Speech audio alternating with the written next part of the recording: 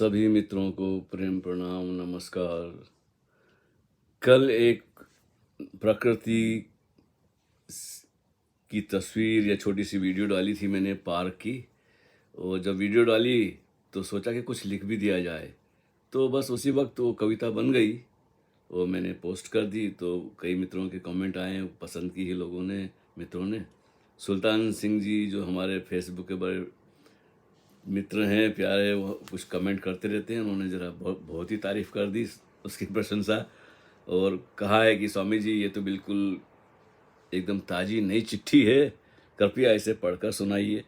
तो मैंने सोचा चलो कोशिश की जाती है। जब सामने कुछ मित्र बैठे होते हैं तो पढ़ने का सुनाने का मज़ा अलग होता है, और जब अकेले में सुनाई जाती है तो हम अपनी ही मौजूदगी में सुनाते हैं। तो चलो कोशिश करते हैं। ये कविता है 652वें अध्याय की, वो अपदीप भव की, और इस कविता का शीर्षक है आहट।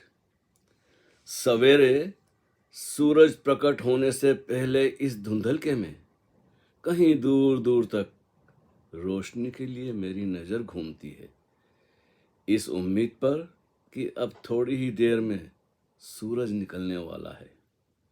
और जैसे ही बादलों के बीच कहीं दूर क्षितिज पर हल्की सी लालिमा दिखाई देती है,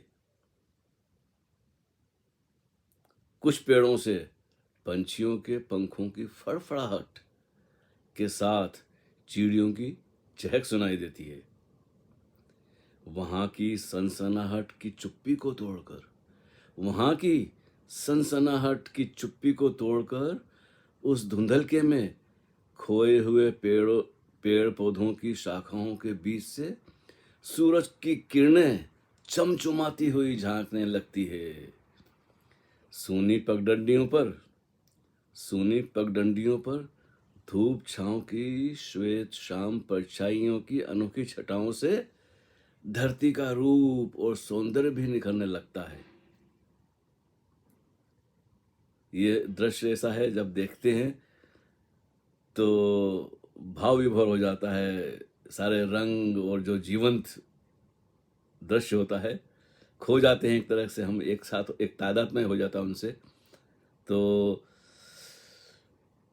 सूनी पगडंडियों पर धूप छांव की श्वेत शाम परछाइयों की अनोखी छटाओं से धरती का रूप और सौंदर्य भी निखरने लगता है। और देखते ही देखते रास्ते में चारों ओर बिखरे हुए सूखे पत्ते भी अब जानदार और जीवंत हो उठते हैं, जानदार और जीवंत लगते हैं। मैं भी ठिठक कर संभल के चलने लगता हूँ। देखिए, बड़ा नाजुक क्षण आ जाता है जब आपको इस प्रकृति का कण कण, चारों तरफ सब कुछ जीवंत नजर आता है, तो कैसा अंदर आभास होता है। उसको मैं शब्दों में कहने की कोशिश की है कि चारों ओर बिखरे हुए सूखे पत्ते भी अब जानदार और जीवंत लगते हैं। मैं भी ठिठक कर संभल के चलने लगता हूँ कि कहीं इन जमीन पर लेटे हुए सोए हुए सूखे पत्तों पर मेरे पैर ना पड़ जाए, या मेरे कदमों की आहट से इनके सपनों में कोई खलल ना पड़े, कहीं इनकी नींद ना टूट जाए। बस मैं इसी सोच विचार में खोया हुआ एक एक कदम उठाकर आगे बढ़ रहा था कि अचानक दो कुत्ते एक दूसरे के पीछे दौड़ते हुए आए, और फिर उन बिखरे हुए सूखे पत्तों के ऊपर लोटपोट होकर अपनी मस्ती से बेखबर उछल कूद करने लगे। अब कुत्ते तो कुत्ते हैं, उनमें कहाँ इतनी संवेदनशीलता और सौंदर्य बोध होता है। मनुष्य में भी, सभी मनुष्यों में कहाँ होता है इतना सौंदर्य बोध। मुझे बचपन की याद आती है कि मैं पेड़ से, पौधों से पत्ता या फूल भी नहीं तोड़ सकता था, ऐसी हमारी शिक्षा मिली थी जैन स्कूल में। खैर, वो लंबी बात। तो बस इसी सोच विचार में खोया हुआ एकदम एक एक कदम उठाकर आगे बढ़ रहा था कि अचानक दो कुत्ते एक दूसरे के पीछे दौड़ते हुए आए, और फिर उन बिखरे हुए सूखे पत्तों के ऊपर लोटपोट होकर अपनी मस्ती से बेखबर उछल कूद करने लगे। यह दृश्य देखकर मेरा नजरिया ही बदल गया। दूसरे का प्रभाव भी पड़ता है ना हम पर, मनुष्य का भी प्रभाव पड़ता है, प्रकृति में पेड़ पौधों का, जानवर का, मतलब जो भी हमारे पास घटनाएं घटती है उसका असर, उसका प्रभाव हमारे मन और भाव जगत पे पड़ता है। तो ये दोनों कुत्ते तो सोचने लगा, अच्छा कहाँ गए थे, क्या हुआ आगे में, कहाँ गया जी, हाँ, यह दृश्य देखकर मेरा नजरिया ही बदल गया और मैं सोचने लगा कि मुझे इन सूखे पत्तों की इतनी परवाह क्यों है। और ये दोनों कुत्ते तो इन ढेर सारे सूखे हुए सुनहरे पत्तों की मौजूदगी से बेखबर हैं। जो अचेतन में मूर्छा में जीता है उसके लिए सारा संसार जड़ है, बिल्कुल बेखबर है। उन्हें क्या लेना देना पत्तों से और सुनहरे इस वातावरण से। वो तो नीचे देख के सूंघते ही पूरा जीवन गुजार देते हैं, जहाँ जाते हैं उन्हें खुले आकाश से, चांद सितारों से, मतलब जो कुछ भी है, जितना मूर्छित इंसान होता है उतना बहुत सीमा में जीता है। और जितना होश बढ़ता है, जितना बोध बढ़ता है, उतना उसकी चेतना का विस्तार होता है, उतना वो ज़्यादा संवेदनशील होता है, उसको ज़रा ज़रा सी चीज़ की खबर होती है। खैर, इन ढेर सारे सूखे हुए सुनहरे पत्तों की मौजूदगी से बेखबर हैं। थोड़ी देर इसी सोच विचार में गुल रहा और आगे बढ़ गया। इसी तरह इस पार्क में जब भी आता हूँ तो कभी कुत्ते, गिलहरी और पंछियों पर नजर पड़ जाती है और मैं उन्हें देखकर विस्मय बोध से भर जाता हूँ। यह कैसी अजीब दुनिया है और यहाँ कितने किस्म के अनूठे प्राणी हैं हमारे आसपास, और इनकी सबकी दुनिया भी अलग अलग है। इनमें अनेक प्रकार के छोटे छोटे कीड़े मकोड़े भी हैं। कोई कहीं पे चढ़ रहा है, कोई कहीं से उतर रहा, कोई रेंग रहा, और कहीं पत्तों और टहनियों के बीच झरोखों में ये मकड़ियाँ भी अपना अपना जाल बुनने में लगी हुई हैं। देखो ना, छोटी सी मकड़ियाँ हर कहीं जाल बना देती है। तो ये दृश्य बड़े अजीब से लगते हैं, देख के हम ठिठक जाते हैं कि ये क्या हो रहा है, क्या चमत्कार है, क्या अद्भुत नज़ारा है कि ये मकड़ियाँ भी अपना अपना जाल बनाने में लगी हुई है, बिना यह जाने हुए कि यह सुंदर सा नाजुक सा बुना हुआ जाल हमेशा यहाँ नहीं रहेगा। मेरा यह जीवन भी तो कहीं एक तरह का माया जाल नहीं है? ये प्रश्न उठता है, क्योंकि अतीत जो अब नहीं है वह भी तो मेरे भीतर एक स्मृति की तरह करवटें बदलता रहता है। और यह मन भविष्य की योजनाओं के बारे में सोचता है। और जो उसका सार है कविता का वो ये है कि और यह मन भविष्य की योजनाओं के बारे में सोचता है, और यह वर्तमान का छोटा सा पल मेरी सोच समझ से परे होकर भी यहाँ मौजूद है। जो भी है बस यही एक पल है ना। यही इसका वो है निचोड़, सार निचोड़ की। और यह वर्तमान का छोटा सा पल मेरी सोच समझ से परे होकर भी यहाँ मौजूद है। मेरी सोच की पकड़ से बिल्कुल अलग, फिर भी निरंतर प्रतिपल यह सांसें आ रही है, जा रही है, और यह सांसों की अदृश्य डोरी, और यह सांसों की अदृश्य डोरी मुझे किस लोक से बांधे हुए है। यही आश्चर्य होता है कि जब सांसों की डोरी टूटेगी तो मेरा होना कहाँ होगा, होगा कि नहीं होगा, ये मैं है, इसका खेल, ये फिल्म गायब हो जाएगी, क्या होगा, बड़ा आश्चर्य होता है। और ये सांसों की अदृश्य डोरी मुझे किस लोक से बांधे हुए है। मैं सांसों की इस कच्ची डोर के प्रति हमेशा सजग क्यों नहीं रह पाता। इस वरदान की इतनी उपेक्षा क्यों। बस यही अंतिम कुछ पंक्तियां हैं। सारी कविता का जो सार है इसमें आ जाता है कि मैं सांसों की इस कच्ची डोर के प्रति हमेशा सजग क्यों नहीं रह पाता, इस वरदान की इतनी उपेक्षा क्यों। यह कोई नई पुस्तक आएगी, आहट नाम की काव्य संग्रह होगा। अगर प्रकाशित हुई तो यह कविता उसमें शामिल हो जाएगी। खैर, एक और चीज़ है, आज हमारे एक मित्र हैं, उन्होंने मुझे पोस्ट करके भेजी अपने, और कोई क्या कहते हैं कि एक मेरी गज़ल थी, उसको उन्होंने सुरों में थोड़ा सा बांधा है, और मैंने कभी सोचा नहीं कि इतनी जो छोटी सी छोटी बहर की जो कहते हैं ना, बिल्कुल कम शब्दों में जो बात कही जाती है ये हमने ओशो से ही सीखा है कि कम शब्दों में। खैर, ओशो ने तो बहुत कुछ बोला है, तो पहले उन्होंने इसे सुर में बांधा है।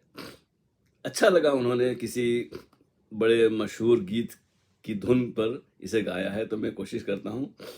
वैसे तो ओशो ने मुझे साफ साफ कह दिया था कि तुम्हारी कविता, तुम्हारा गीत, तुम्हारी गज़ल जो भी है, उसे किसी और की बनाई हुई धुन पर, यानी कि पैरोडी नहीं बनाना है, करना नहीं है, तुम्हें अपना तरन्नुम अपनी धुन में कहना है, जैसी है वैसी, किसी और की नकल नहीं करना है।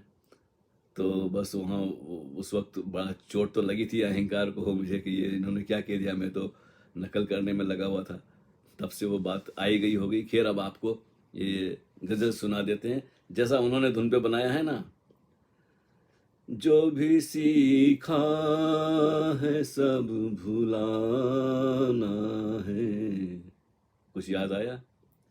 जो भी सीखा है सब भुलाना है, खोज अपनी खुदा बहाना है, खोज अपनी खुदा बहाना है। घर में रहना मेरी जरूरत है, घर में रहना मेरी जरूरत है। ये आसमां ही मेरा ठिकाना है। जो भी सीखा है सब भुलाना है, खोज अपनी खुदा बहाना है। किन ख्यालों में खो गया था मैं, किन ख्यालों में खो गया था मैं। नींद से अब तो जाग जाना है, नींद से अब तो जाग जाना है। जो भी सीखा है सब भुलाना है। क्या करूं देरो हरम में जाकर ये मुकेश की आवाज में कोई गाए से बड़ा प्रॉपर मुकेश जी जैसा सुर उसको दे तो उसका रंग चढ़ेगा भाई। मुझे पता नहीं था कि इतनी अच्छी तरन्नुम में स्वामी जी इसको ढालेंगे। क्या नाम, द्वारका प्रसाद शायद उनका नाम है। क्या करूं देरो हरम में जाकर, मुझको अपना पता लगाना है। खोज अपनी है खुदा बहाना है। छोड़ वाइज न डरा दो जख से, छोड़ वाइज न डरा दो जख से। ये तेरा धंधा बहुत पुराना है। खोज अपनी खुदा बहाना है।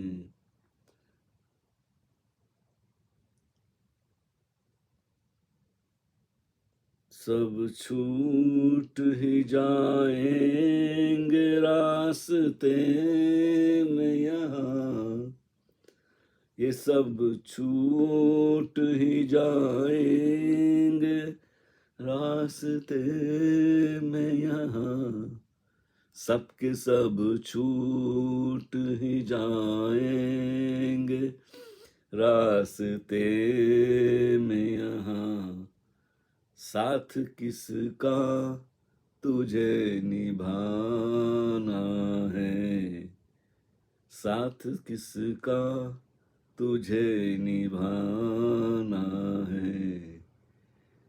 खोज अपनी खुदा बहाना है, जो भी सीखा है सब भुलाना है। सबकी सुन और अपनी कर प्यारे, सबकी सुन ले पर अपनी कर प्यारे। ये दुनिया तो पागल खाना है, ये दुनिया एक तो क्या बताएं इसको शरण में, लेकिन अच्छा प्रयास किया उन्होंने, मुझे खुशी हुई कि उन्होंने इसको इस धुन में, लेकिन कोई अच्छी धुन बनाई है स्वामी जी। ये उधार जो है ना, कितनी भी अच्छी बात हो लेकिन धुन उधार नहीं होनी चाहिए। जैसे कविता हमारी ओरिजिनल है, इसे धुन भी इसकी ओरिजिनल होनी चाहिए। जो भी सीखा है सब भुलाना है, खोज अपनी है खुदा बहाना है। खैर जो भी टूटी फूटी जैसे हमसे बन सकी, लेकिन वो तरन्नुम बस उधार है, बाकी कविता तो ओरिजिनल है, अब प्रामाणिक है। हमने ओशो से जो कुछ सुना है सीखा है उसके आधार पर ये पंक्तियां हमने कह दी है। अगर किसी मित्र को पसंद आए तो इसको साज संगीत के साथ और अच्छे सुरों में नई धुन के साथ, फिल्मी धुन के ऊपर मत बनाना, क्योंकि ओशो को वो पसंद नहीं है। इसलिए मैं भी बड़ा सावधानी से जो लिखता हूँ, तो जो अपनी चीज़ों लिख दी, चाहे लोग पसंद करें या ना करें, इसकी परवाह किए बगैर। खैर ऑल द बेस्ट, और फिर दोबारा मुलाकात होती है आपसे जल्दी ही।